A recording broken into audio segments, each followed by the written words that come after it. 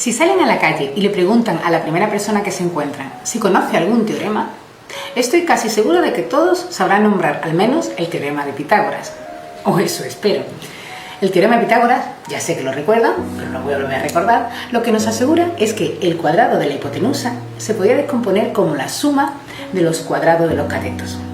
Pues bien, hay otro teorema, bueno, hay muchísimos teoremas, pero hay otro teorema muy relacionado en algún sentido con el teorema de Pitágoras, que también es muy famoso y que ha llegado incluso a ocupar las portadas de periódicos como el New York Times. Sí, efectivamente, estoy hablando del último teorema de Fermat.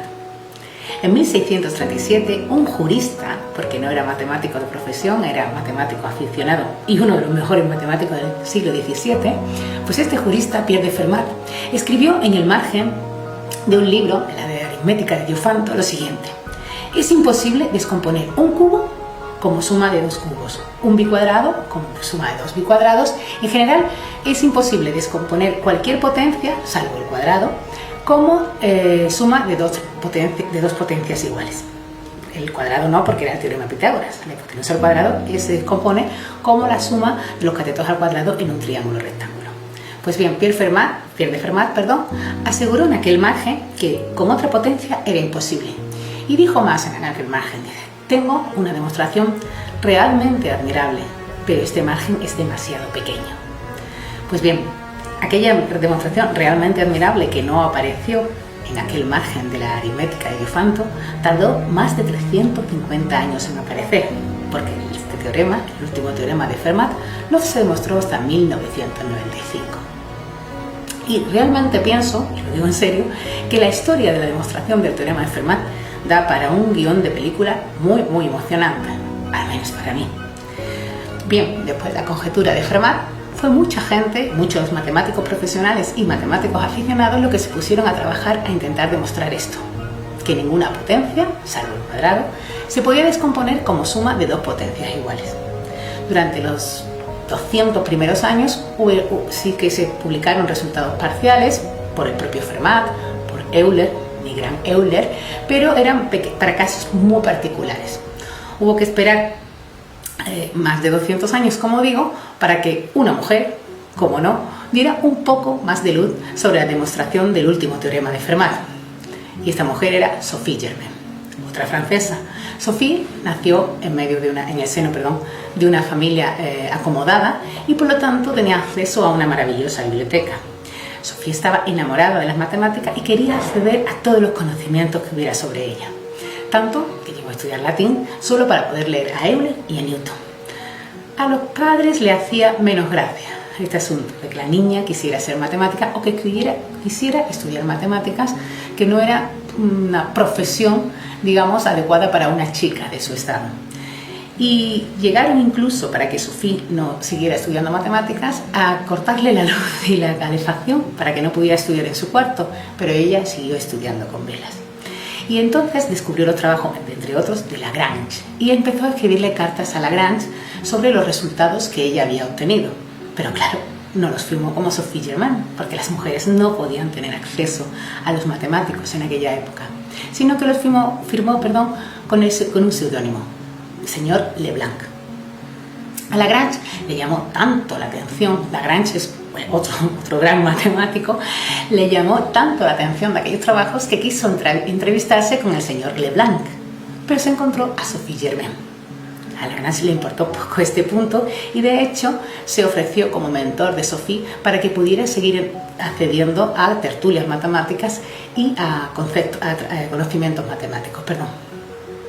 Pasó un tiempo, Sophie se casa, se va a Alemania y cuando llega a Alemania, pues la chiquilla empezó a cartearse con el mejor matemático de todos los tiempos para mucha gente, el matemático alemán Gauss, al que nosotros muchos le llamamos el Chuck Norris de las matemáticas, el gran matemático, el príncipe de las matemáticas. Bueno, pues Sophie empieza a cartearse con Gauss, como digo, y a enviarles los resultados que ella iba encontrando en las matemáticas. A los 2 años de su llegada a Alemania, Napoleón le da al chiquillo también por invadir Prusia. Y Sophie se queda muy preocupada por el destino de Gauss. No le pasara como a Arquímedes, que se lo cargara un soldado.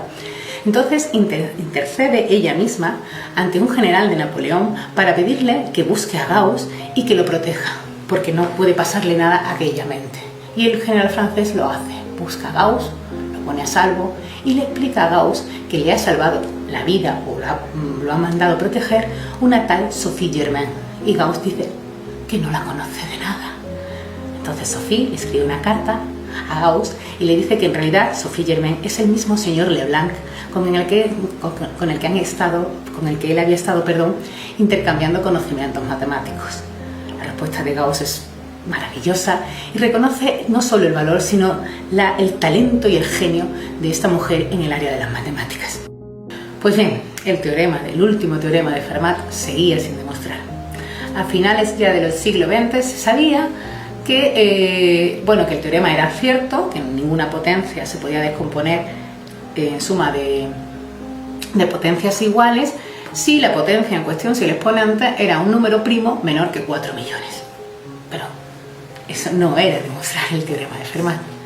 Ahora bien, en otro lado, por otra parte, dos japoneses, Shimura y Taniyama, en 1955, presentan una conjetura, un teorema que creen que es cierto, pero que todavía no está demostrado, que no tiene nada que ver en principio con el teorema de Fermat, no tiene nada que ver casi con números, porque habla de curvas elípticas, unas curvas especiales, que son muy importantes, por ejemplo, hoy en día en el uso de la criptografía. Pues bien, lanzan una conjetura sobre esas curvas especiales. Nada, hay que ver en principio una historia que no tiene nada que ver en principio con el último teorema de Fermat, pero en 1986 se demuestra y se comprueba que, de ser cierta la conjetura de Shimura y Taniyama sobre curvas elípticas, eso demostraría el último teorema de Fermat, con lo cual fue ya una luz de igual lo conseguimos, aquella demostración realmente admirable. Ahora es el turno de un matemático británico, de Andrew Wiles, de Oxford, que se obsesionó con el problema y empezó a trabajar en él, en intentar demostrar que el último teorema de Fermat utilizando los resultados de Shimura y Taniyama en curvas elípticas. Y de hecho empezó a trabajar un poco en secreto, ¿no? Iba publicando resultaditos, nunca mencionaba el teorema de Fermat, sí poco a poco para ir viendo si sus resultados eran correctos y aceptados por la comunidad. En mayo de 1993 fue cuando él, después de revisar varios trabajos con un colega y de haber visto algunos pequeños resultados en congreso, él le dijo a su mujer: he demostrado el último teorema de Fermat.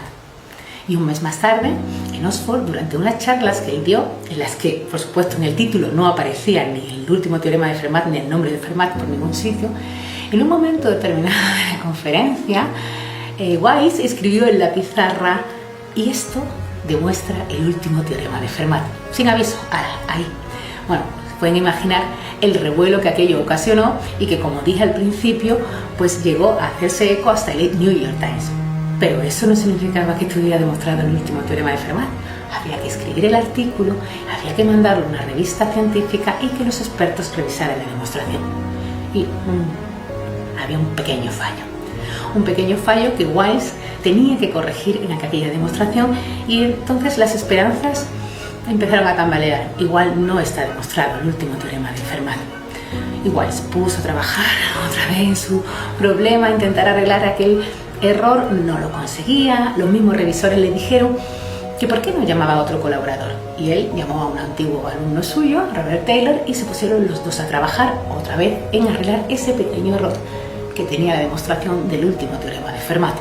Estuvieron trabajando, no le salía. Bueno, Wiles recuperó unas viejas ideas que él había tenido años antes para ponerse a trabajar, y así, codo con codo, por fin las piezas se encajaron, todo estaba bien, y en mayo de 1995 se anunciaba, y ya era cierto, se publicaba que estaba demostrado el último teorema de Fermat.